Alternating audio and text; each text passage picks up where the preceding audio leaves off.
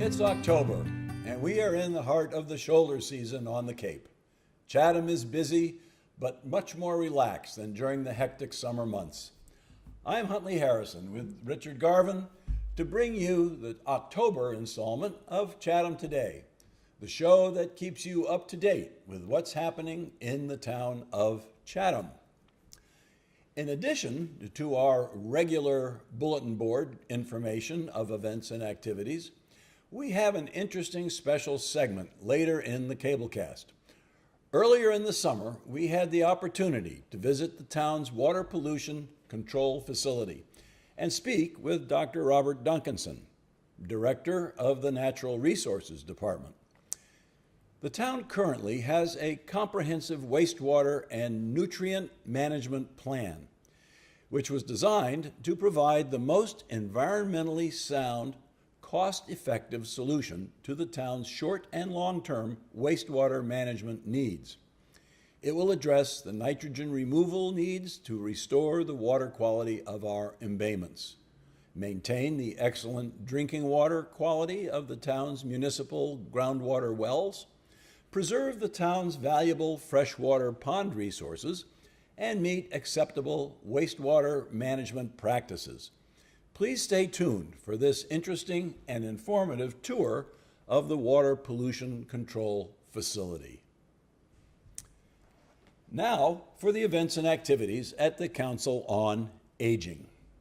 Kicking off the month at the COA is the Free Movie Monday on October 2nd at 1 o'clock. The film, 27 Dresses, is about perennial bridesmaid Jane, played by Katherine Heigl, who always puts the needs of others before her own, making her the go-to gal whenever someone needs help with wedding plans. This is a wonderful romantic comedy and definitely a must-see. Reservations are required and transportation will be provided. Call now to reserve your spot. Free TED Talks, back by popular request, on Thursdays from October 5th through October 26th from 1 to 2:30. Each talk starts with a short video followed by a group discussion facilitated by Dr. Elsa Bastone on the subjects and ideas presented. Space is limited and reservations are required. Transportation is available as well. Call the COA now to make your reservation. This month's birthday celebration will be on Wednesday the 11th at 2 p.m. If you were born in the month of October and reside in Chatham, we hope you will join us at the COA for our monthly birthday celebration. Guests are encouraged, and don't forget, this is a good opportunity to check your driver's license. Here's an alert for Medicare beneficiaries. There will be a free Shine open enrollment presentation on Monday, October 16th at 1 p.m. Once again, it's time to review Medicare health and prescription coverage. Medicare's annual open enrollment runs from October 15th through December 7th. During this time, you can enroll, disenroll, or switch your Medicare Part D prescription drug plan or Medicare Advantage plan, HMO, or PPO. Sheila Curtis, Regional Shine Manager, will present changes for plans available for 2018. Please call the COA to register for this important presentation. On Tuesdays, beginning on October 24th and running through November 21st, there will be a loss and healing writing workshop. There will be 5 meetings from 1:30 to 3 on each Tuesday, facilitated by Judy Hunter, bereavement coordinator and author. We will learn how to honor stories through the power of writing. There have been great societies that did not use the wheel, but there have been no societies that did not tell stories. This workshop is sponsored by Beacon Hospice. Space is limited and reservations are required. Call to make your reservation now. And on Wednesday, the 25th, there will be a free day trip to Seidenstricker Glassworks Gallery and Factory in Brewster for a tour of the glassworks and to learn about the art and history of their glass-making techniques. Following the tour, You will stop for lunch at the local favorite spot, Grumpy's, on 6A in Dennis. The bus leaves the COA at 9 a.m. Space is limited and reservations are required. Call soon to register for this most interesting trip. And finally, on October 30th at noon, the COA will have its Halloween luncheon party. Join them for a festive afternoon, starting with lunch and moving on to fun-filled activities and entertainment. Tickets are $7. This event is sponsored by the Women's Club of Chatham. Again, space is limited and a reservation is required. Transportation is available. Call now. And now for the events at the Eldridge Public Library. On Tuesday, October 3rd at 6:30, the Reading in the Kitchen, a cookbook group, continues with Vegetarian India and At Home with Madhur Jaffrey, both by Madhur Jaffrey. Copies of the cookbooks are available at the library. Registration is required each month. Please contact Lorna Zialo at 508-945-5170 or eldzialo@clamsnet.org to register. And on Saturday, October 7th at 2, the Book to Film discussion group will meet to discuss Strangers on a Train by Patricia Highsmith. And on Thursday, October 12th at 2, Christopher Daly will present The Haunted History of New England. This presentation melds historical fact with legend and myth to take a new look at events that really happened. Topics to include Mercy Brown, the Vampire of Exeter, Rhode Island, the Cursed Freetown State Forest, the Horrors of the Lizzie Borden House, 9 Men's Misery, a Haunted Forest, and Ghostly Happenings. Appropriate for the season. That's right. And on Saturday, the 14th, the Classic Film Discussion Group will discuss the 1937 film Grand Illusion, directed by Jean Renoir. On Sunday, the 15th at 2, Michael Thurston, professor of English Language and Literature and department chair at Smith College, will talk about Thoreau on Cape Cod. Following Thoreau's path from Eastham to Provincetown, the library joins other organizations across Massachusetts for a celebration of Henry David Thoreau's 200th birthday. Wednesday, October 18th at 3:30, there will be an author event with Robert Finch. This Cape Cod author will talk about his latest book, The Outer Beach, a 1,000-mile walk on Cape Cod's Atlantic shore. Have you ever heard him? Yes, I have. On the radio? On PR. He's yeah. very interesting. Yeah. Yeah, He does a great job. he does. A wonderful job. Another author event will take place on Tuesday, October 24th at 7 p.m. John Whalen and photographer Kim Rodriguez will talk about their book, I Am of Cape Cod, People and Their Stories. And now for some items of general interest. The Chatham Health and Swim Club brings back nurse practitioner Carol Penfield for a Lunch and Learn series, Taking Charge of Your Health. It will meet from noon to 1 for 6 Tuesdays, beginning on October 10th and going through November 14th. Topics will include healthy guts, strong bones and backs, managing stress and sleep, tackling inflammation and arthritis, hearty hearts and circulation, and mastering your mind and memory. There will be a small cost for this series. Contact the club for more information at 508-945-3555. The Chatham Marconi Maritime Center will have fall season hours Wednesday through Sunday from 1 to 4 through Sunday, October 8th. The wireless gallery only on Wednesdays and Saturdays from 1 to 4. After October 13th, the museum building will be open every Friday from 1 to 4 until December 1st. The Atwood House and Museum will have a preview of their new exhibit, Double Take, on October 7th and 8th. In this exhibit, you will be able to see Chatham then and now due to an incredible attic find. Visitors to the Atwood House and Museum will be able to see panoramic views of Chatham as it was in the early 1900s, next to the same views today, and compare just how much things have changed or not. That's incredible. That Yeah. probably would be very interesting.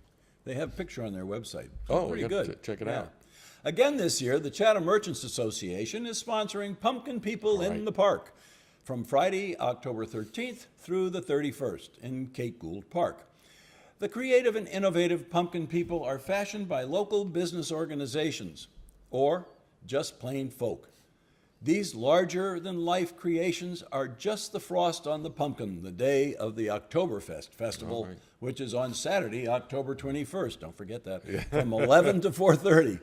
Pumpkin People in the Park. Great beer, bratwurst, music, and kids' games are all just a small part of Chatham's Oktoberfest. This is a fabulous event, and every year it gets better and better. Travel Leisure magazine listed Chatham as the 4th in America's best towns for Halloween. Wow, that's pretty darn So good. That's pretty good. Yeah. Now, as we told you at the beginning of the show, here's our special segment on the Chatham Water Pollution Control Facility and our tour with Dr. Robert Duncanson.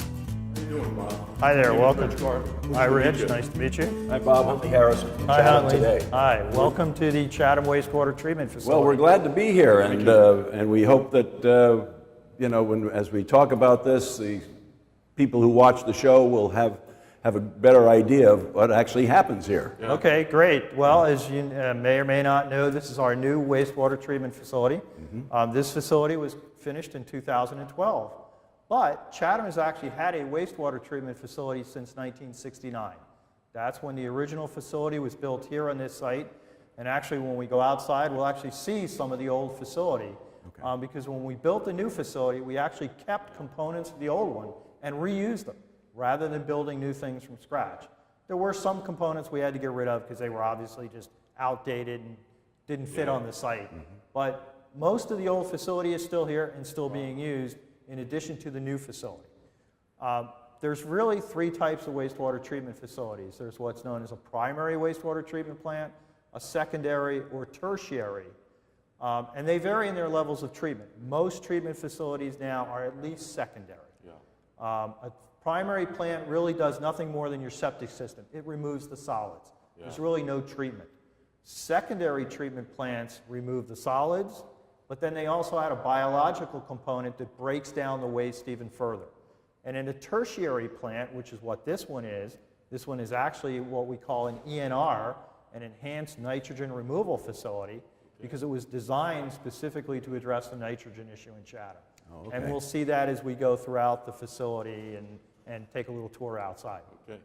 All right, so if you remember, one of the things we talked about inside was the fact that wastewater comes from 2 sources, septage and then wastewater that comes into the sewer pipes. Right. This is our septage receiving building. So when you have your septic system pumped out at home, and a pumper truck comes and he fills up and whatnot, he brings it here.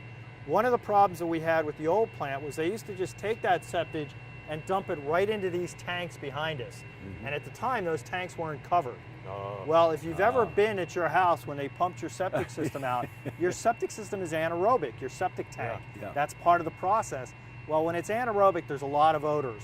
So to try to combat this, we built this building and we actually put a special ventilation system in here. Normally, when they're offloading, what happens is the truck backs up and they offload directly into that pipe. So there's nothing exposed to the air. There's no odors. The doors would normally be down. We've got them open now just so you can see it. And then the septic waste goes in there and it goes into that unit that you can see right in front of us. That's a prefabricated unit that we bought off the shelf basically.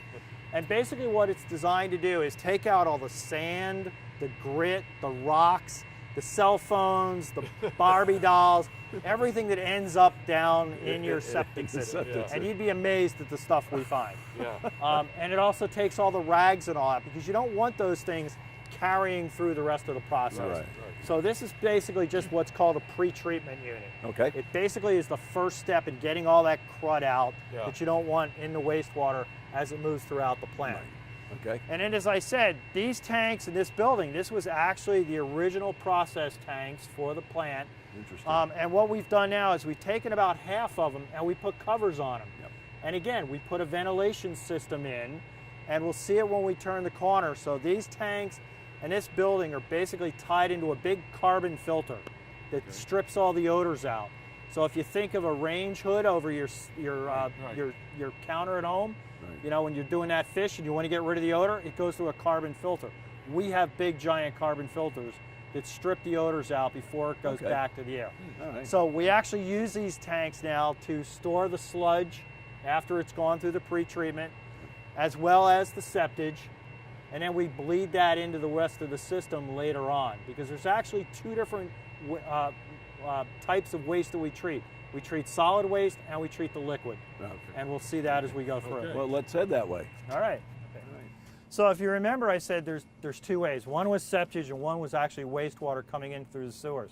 This is the wastewater coming in for the sewers. Oh, okay. This is what it looks like at the plant. Right. This is the part that most people never see. They flush their toilet, goes down, it enters a sewer in the street, it runs downhill, it goes to a pump station, and then that pump station forces it up here to the treatment plant. This is where they come in. These are all from the different pump stations. This is Huckleberry Pump Station. We have the Stage Harbor Pump Station, which is down by the Colonial Building in the back municipal parking lot. So all the wastewater, and we've actually got some additional ones already planned for other areas of town. That wastewater all gets pushed down here, comes into this building known as the influent building, and then from there, it starts the treatment process. So let's take a quick walk inside. All right, so now we're inside the influent building. All those pipes that we saw outside bringing the wastewater, all that wastewater comes into this big unit right behind us. This is the big brother for the smaller one that we saw in the septic building. all right. And basically what it's doing, stripping out all the sand, the grit, the rags, the cell phones, the baseballs, and it discharges all that into these tubs. So you can see how little we really collect here. Because for the most part, Chatham's system is small, it's new, it doesn't get a lot of that outside material into the system. And then all that wastewater goes out that pipe right at the end, and then from there through the rest of the plant process. Oh, all right. And then one thing you may notice is this building, we're standing in a lot of empty space. Well, that's because as we add more people and we have to add another one of these treatment units, we've actually designed it right here. Right here. All we have to do is buy another one of those, bring it in. All the piping is already under the floor, so it's all ready to go. Okay. So let's go outside and we'll see where the real treatment takes place. All right, that'd be great. Thank you. All right. Yep. Okay, so we're now standing on top of the reactor, or the racetrack as we call it. The wastewater has left the influent building, traveled underground through pipes, and it comes into these various concrete areas. And this one right now is empty because we don't need the capacity that this one has. So we're actually adding the wastewater to the center part of the reactor, and then it flows over into the various channels. And this is where the meat of the treatment takes place. If you remember earlier, I said this is a biological process. So what we're trying to do is we're trying to get those bacteria to grow like crazy and eat up the wastewater and eat up the byproducts in the wastewater, all the solids, and break that down so it basically converts to water and gases that then off-gas into the atmosphere. And it's a two-step process, just like in your septic tank. You need an area where there's very little oxygen or anoxic, and then you need an area where there's a lot of oxygen or aerobic. And so what happens is, underneath these covers, and you can see it down there under that, there's a series of plastic paddle wheels, and as they turn, they do two things. One, they add oxygen or air into the wastewater, and they also help to move the wastewater around the track. And so this area right in here is very well oxygenated. But as the wastewater travels around and kind of comes up behind us here, now the oxygen's all been used up. And so there's very little oxygen in this area. So you get those two biological processes going on in the same tank. And so from here, we're going to go over and we'll take a look at the secondary clarifiers, which work exactly opposite of what's going on here. Okay, so right now we're in the basement of what we call the process building. And if you remember, so far we've seen a lot of tanks and we're moving a lot of wastewater around. There's always a certain amount of solid material that we can't treat. And what that does is that falls to the bottom of the various tanks. And then these pumps that you see here are all connected to the bottom of the various tanks around the site. And they move that material that we call sludge over into the old tanks from the old wastewater treatment plant. and then we gradually take that sludge and we de-water it. We'll see that later. But these pumps are all tied to piping underground, and at various times they turn on, they move a certain amount of sludge, and then they turn off and they wait until the sludge builds back up again. And so that allows us to control how material moves around the plant at different points in time. So one question that you may have, and a lot of people probably have, is do we add any chemicals to the wastewater? You know, that's been a big topic for many years because a lot of treatment plants use chlorine to disinfect the wastewater, and that can potentially result in other environmental concerns. So we don't do that, and we'll see towards the end where we use ultraviolet light to disinfect the wastewater. But we do have to add a little bit of chemical to the wastewater in order to make the process move more smoothly. We actually do add a little bit of low-level chlorine to what's known as the plant water system. One of the things we designed to cut down on the plant's footprint for energy purposes is we actually use some of the wastewater after it's been treated for things in the plant like cleaning tanks, watering the grass, which we really don't do. But primarily for cleaning the tanks and that kind of stuff, we use what's known as plant water. Well, to keep things from growing in the plant water, we actually add a little bit of bleach to it just to keep the bacteria levels under control. We also add a little bit of sodium hydroxide to adjust the pH because, again, biological processes, they don't like real extremes in pH. The water on Cape Cod is naturally acidic, so just to kind of help that out, we add a little bit of sodium hydroxide if necessary. And so that's what's stored in these large plastic tanks. They're all self-contained with these concrete walls, so heaven forbid there should ever be a spill. Yeah. They're all contained here. And we have all kinds of backup systems and alarms to make sure that never happens. Yeah, so let's go see kind of the final stages. Okay, very good. Okay, so if you remember, when we were up on the reactor, we were violently agitating the water, and if you remember what it looked like, it was very brown and there was a lot of material floating in it. We're now standing on top of what's known as a secondary clarifier. And what we're doing now is the exact opposite. We're trying to quiet that water down as much as we can so that all that bacterial mass that was floating in the other tanks can now settle to the bottom. So basically the water comes into this tank, very quiet. There's an arm that sweeps around, basically looks like a squeegee. There's two of them, one at the top and one down at the bottom. These tanks are about 15 feet deep. And those two sweep around very slowly, and as all that material falls to the bottom, it sweeps it into a sump, and then those pumps in the bottom of the process building pump it all the way back to the tanks at the beginning. Kind of starts over the process. That starts over the, well, that's the solids process, and we'll see the end of that kind of in a minute. But the rest of the water just gradually overflows, and you can see it overflowing here. These weirs, and if you notice how clear that is now. It is. It's very clear. It almost looks like drinking water quality. Yeah. If you held a glass of that up next to a glass of drinking water, you'd be hard pressed to tell the difference. So all that biomass and everything is now out of it. We've got good, clean water at this point. We're now going to take it and put it in the filter building to give it that final polish to take the nitrogen out, which is what we really are trying to achieve at this facility. So let's go into the filter building. Over there. Okay, so now we're inside the filter building, and as I said, this is really, to me, the most important building, but it's really the hardest one for people to understand. This is where that denitrification process takes place to remove the nitrate from the wastewater and allow that nitrogen to go back up into the atmosphere. And so what happens is underneath the platforms that we're standing on, there's a series of tanks that are filled with a special sand. And as that wastewater comes in, it goes down to the bottom through a pipe, and then it is forced back up by air through that sand to the top of the tank. And as it does so, it's exposed to a lot of bacteria that are looking for that oxygen that's on the nitrate molecule. They cleave that off. The nitrate molecules fuse together as nitrogen gas, and then it off-gases back into the atmosphere. So to give you an example, one day last week, the influent coming into the plant, the wastewater coming from Chatham, was at about 100 milligrams total nitrogen per liter. All right? The effluent going out, so the treated water being discharged, was at about 1.5. So we got it all the way from 100 down to about 1.5 milligrams per liter. When we originally designed the plant, our goal was 3 milligrams per liter. That was kind of state of the art. Right.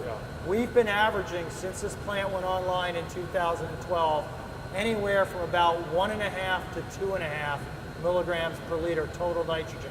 So we're actually doing better than we designed. When you think about that relative to the drinking water standard, the drinking water standard for total nitrogen is 10. Oh. So we are actually putting water back into the ground that is well below the drinking water standard for nitrogen. Coming out of a septic system, the total nitrogen is probably somewhere around 30 to 35 milligrams per liter. So we are doing significantly better than septic systems. That's one reason why we're trying to get people off septic systems and onto the sewer. Sure. Because we could treat it much better. Yeah, absolutely. Okay, so this is really the final step in the treatment process here at the Chatham Wastewater Treatment Facility. After the effluent goes all the way through the system, goes through the filters, it then comes into here. This is where we subject it to ultraviolet light. If you remember, I said all throughout we were trying to grow bacteria so they could do their thing. Now we want to basically kill them all before we discharge it back into the sand beds. And so what happens is the water comes into this end of the building through this trough in the center, and there's a series of these ultraviolet lights that are spaced along here. And as the water passes through the ultraviolet lights, it's disinfected. So we're not adding any chemicals to it to create any byproducts or anything like that. It's a very simple, easy process. It does require a bit of energy, unfortunately, but we've actually worked with our engineers to streamline how many of these we have to have on at any one time based on the flow. So we've really cut down on the energy usage. And the other thing is, they're fairly labor intensive for maintenance. They have to be cleaned on a regular basis. But that's actually done automatically in this unit. At certain periods of time, there's a certain scrubber that kind of comes down and scrubs the outside of the quartz tubes. Cool. The lights are actually in a quartz tube, and so the scrubber comes down and keeps those tubes clean. One thing you may have noticed is, we're walking around the treatment plant, you don't see a lot of workers. Like most wastewater treatment plants now, you don't need a lot of people to run them. They pretty well run themselves. And if we stop back in the control room, you'll see everything's computerized. They actually have screens. They can control every pump and every blower and every UV unit on and off sitting at a desk. They can actually get messages on their cell phones. So if it's a weekend, because we only have people here Monday through Friday. Oh, okay. And yet the plant runs 24 hours a day, 7 days a week, 365 days a year. We only have staff here Monday through Friday. And so if it's a weekend or off hours, they can actually get messages on their cell phones that, hey, there's an alarm or some pump is shut off, and they can deal with it, rather than necessarily having to come back in. But they still do, because most of the staff lives pretty close, and they can be here fairly quickly. So there's one final thing we want to see, and that is, where does all this water go after we finish it? After you've treated it. And we can take a walk back and see those sand beds.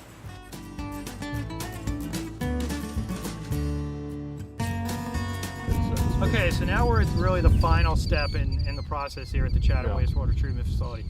The wastewater's gone through all that treatment. Now what we want to do is recharge it back into the groundwater.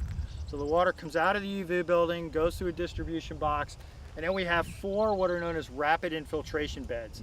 And these are basically just natural beds that we've excavated out of the ground. We stripped off all the topsoil. We took the first 3 or 4 feet of kind of loamy material off. We got down to the good clean sand, which we all know underlies most of Cape Cod. And then there's pipes that come out to the middle of each of these beds with a concrete collar around them. The treated wastewater comes out, and as you can see, it just kind of flows out onto the surface and then percolates right back down into that sandy area. And discharges back into the groundwater. Doesn't really pond up or anything. It's gone in a few minutes, and that's the end of it. It gets back into the groundwater and well treated and recharges the aquifer. Pretty amazing. Pretty amazing. And now nature's helping. And now nature's helping with our drought. Today's weather, spotty showers. For those of you who may be interested in seeing the full version of our interview, it will be available for viewing on Channel 18 and later on the town website. Chatham Today is a video chronicle of events and activities in the town of Chatham. If you would like to have what's happening in your organization announced on the air, please email us. We look forward to hearing from you. You can also like us on Facebook at Chatham Today, and we certainly hope you do. Thank you for watching. We'll We'll see you down the road.